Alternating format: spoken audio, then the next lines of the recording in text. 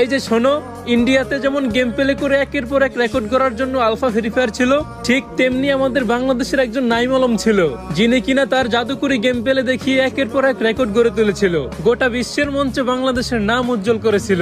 ইন্ডিয়ার এসকে সাবির বসকে ম্যাপের ভিতরে দেখলে যেমন সবাই টিম আপ করার জন্য পাগল হয়ে যায়, ঠিক তেমনি আমাদের বাংলাদেশেও একজন মিস্টার ট্রিপলার আছে, যিনি কিনা বাংলাদেশের নাম্বার 1 গেমিং ইউটিউবার। বাংলাদেশে এমন কোন গেমার নাই যে মিস্টার ট্রিপলারকে চেনে না। তাই তো ম্যাচের ভিতরে কেউ মিস্টার ট্রিপলারকে দেখলে টিম আপ করার জন্য উদ্ঘোষ না করে পারে না।